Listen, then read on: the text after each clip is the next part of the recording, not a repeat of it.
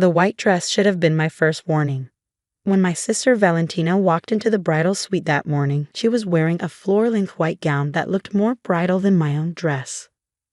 "Val," I said carefully, trying to keep my voice light, "you know you're supposed to wear the burgundy bridesmaid dress, right?" She twirled, her dress billowing out like meringue. "Of that ugly thing? No way. This is much more flattering. Besides, white is so in for summer weddings." "It's my wedding," I reminded her. "I'm wearing white." "Don't be so old-fashioned, Aria." She examined herself in the mirror, adjusting her cleavage. "Not everything is about you." My maid of honor, Simone, caught my eye in the mirror. We'd been friends since college, and she knew the Valentina playbook by heart. The look she gave me said, "Want me to spill wine on her?" I shook my head slightly. This was my wedding day. I wasn't going to let my attention-seeking sister ruin it with her usual dramatics. I should have let Simone spill the wine. The ceremony itself was beautiful. Marcus waited for me at the altar, tears in his eyes, looking like every dream I ever had come true. The garden venue was perfect, fairy lights twinkling in the California sunset. For 30 precious minutes, I forgot about Valentina's white dress and focused on marrying the love of my life. Then came the reception. We were halfway through dinner when Valentina clanked her fork against her champagne glass. My stomach dropped. She wasn't supposed to give a speech. "Excuse me, everyone." She stood, her white dress practically glowing under the reception lights. "I know this is Aria's day." Lie number 1. But I just can't keep this secret any longer. The room fell silent. Marcus grabbed my hand under the table. Even the waitstaff froze. Valentina placed a hand on her stomach, her 4-carat engagement ring catching the light. "David and I are expecting. I'm pregnant." The room erupted, but not with the confused, awkward murmurs you'd expect when someone hijacks a wedding. No, my family burst into ecstatic applause. My mother actually screamed with joy, rushing to embrace Valentina. "My baby's having a baby," Mom cried, tears streaming down her face. Tears she hadn't shed during my ceremony. "When are you due?" Aunt Patricia gushed. "April." Valentina beamed. "We just found out last week, but I couldn't wait to share with everyone." Couldn't wait. At my wedding. In a white dress. But the worst was yet to come. Mom turned to the crowd, still clutching Valentina. "This calls for a special celebration. Aria, sweetheart, give your sister your bouquet. She's the one who really needs it now. She's giving us our first grandchild." The room spun. "I'm sorry, what?" "Your bouquet," Mom repeated impatiently. "For the photos. Valentina should hold it. It's tradition for expectant mothers." "What tradition?" Marcus said, his voice dangerously low. "The tradition where someone announces a pregnancy at someone else's wedding." Mom waved him off. "Oh, Marcus, don't be selfish. Aria can share the spotlight. Sisters do that." I looked at my bouquet, garden roses and peonies I'd selected myself, wrapped in my grandmother's lace handkerchief. Then I looked at Valentina, glowing with triumph in her white dress, and something inside me snapped. But I didn't scream. I didn't cry. I smiled. "Of course," I said sweetly, standing up. "Valentina deserves all the attention. She always has." I handed her my bouquet with steady hands. Valentina's eyes narrowed slightly. She knew me well enough to sense a trap but couldn't spot it. "In fact," I continued, raising my voice, "let's make this moment really special. David, why don't you come up here with your glowing bride-to-be?" David, Valentina's fiancé of 3 years, looked uncomfortable but obeyed. He was a nice enough guy, a pediatric dentist who genuinely seemed to love my sister despite her narcissism. I'd always felt a bit sorry for him. "Everyone, a toast." I lifted my champagne glass. "To my sister Valentina and David. To their engagement. To their pregnancy. And I paused dramatically, just like Valentina had. To their ability to make it work despite everything." Nervous laughter rippled through the crowd. Valentina's smile flickered. "Aria," she warned quietly. No, you wanted the spotlight," I said, my smile never wavering. "You deserve it. Everyone should know what an amazing sister I have. So lucky. I mean, the timing is just uncanny. Due in April, right?" "What are you implying?" Valentina hissed. "Nothing. Just that the math is interesting. April puts conception around July." I pretended to count on my fingers. Wasn't David at that dental conference in Portland during the first 2 weeks of July? David's expression shifted. How did you know about? Oh, I follow the Pediatric Dental Association on Instagram. I chirped. They posted so many photos from the conference. You gave such a great talk on preventive care. Valentina, you must have been so proud, watching from home. I visited him, Valentina said quickly, in Portland. Really? I tilted my head. That's funny, because I remember you posting from that girl's trip to Vegas the same weekend. With your sorority sisters. Unless you figured out teleportation. The room had gone completely silent. David was staring at Valentina like he was seeing her for the first time. Val, his voice was small. You told me you couldn't come to Portland because of work.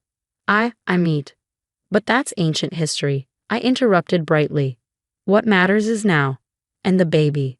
Oh, and speaking of surprises, Valentina, remember when you asked me to pick up your prescription last month? The pharmacy accidentally gave me both bags. Valentina stiffened. I smiled. Let's just say it didn't quite match up with the story you gave David. What are you talking about? David asked sharply. Oh, nothing serious. Just something that raised some questions. But I'm sure everything's fine now. I beamed at the stunned crowd. Modern medicine is amazing, isn't it? Valentina's face had gone from white to green. Aria, stop. Stop? I'm just sharing your wonderful news.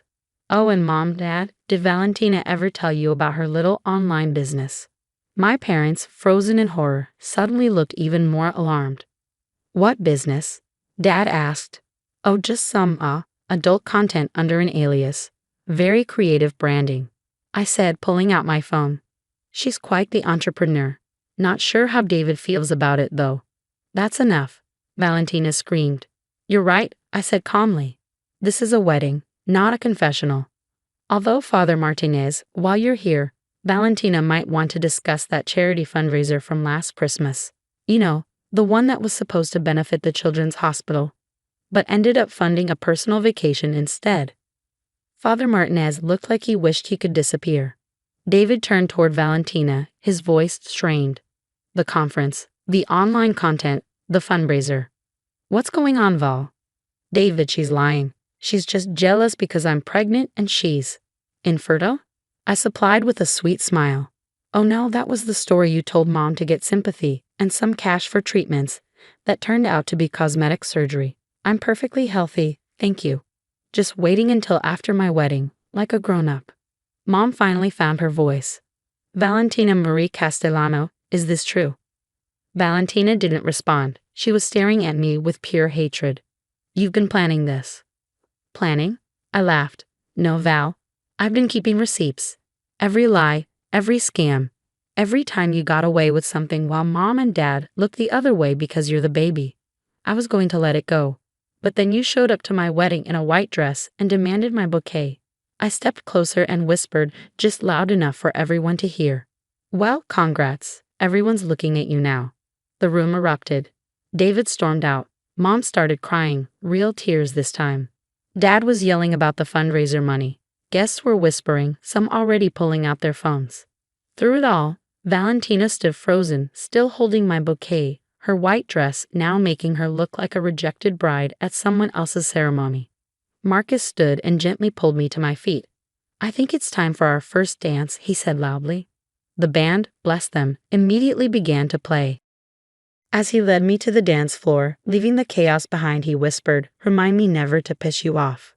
I gave her so many chances, I whispered back, finally letting tears fall. I just wanted one day, one single day that was mine. I know, baby, I know. He spun me gently, and I caught sight of Simone giving me a standing ovation from our table. For what it's worth, that was legendary. The rest of the reception was surreal. Half the guests left with the drama. The other half stayed, seemingly energized by the scandal. Valentina disappeared at some point, along with our parents. But my friends stayed. Marcus's family stayed. The people who actually loved us stayed. As we cut the cake, Valentina free, Simone sidled up to me. So, online fans. Made that up, I admitted. But she's been paranoid about people finding out about something online, so I took a guess. And the STI. Real. She used my insurance and forgot they send explanation of benefits forms. The charity money? Also real. I have the receipts. Simone shook her head in awe. You're terrifying. I love it. 3 months later, the fallout was still settling. Valentina's wedding was called off. Turned out David had been suspicious for a while, and my revelations were the final straw. She'd been kicked out of Mom and Dad's house after they discovered she'd stolen Mom's credit card for the Cabo trip. The church banned her from volunteer work pending investigation into the missing fundraiser money. She sent me a long email calling me every name in the book, saying I'd ruined her life out of jealousy. I didn't respond. I was too busy being happily married, enjoying my drama-free life with a man who loved me and friends who showed up for me. Mom eventually apologized, sort of.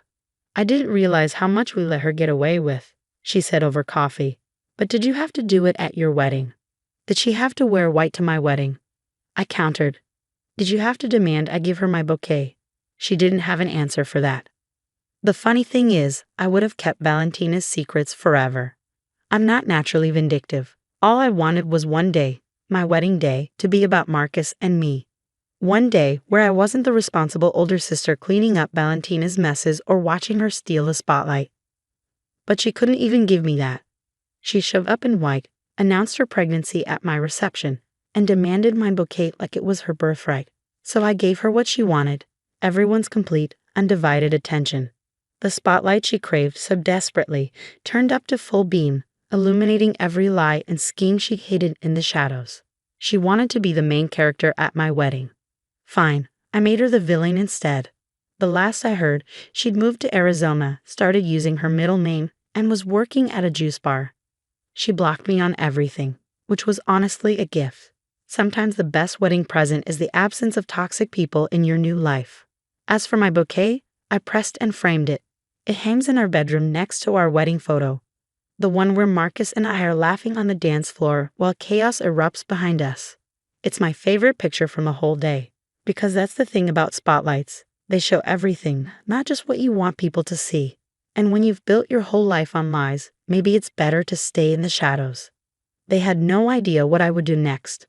But now they know. Never wear white to my wedding unless you're ready for me to show your true colors.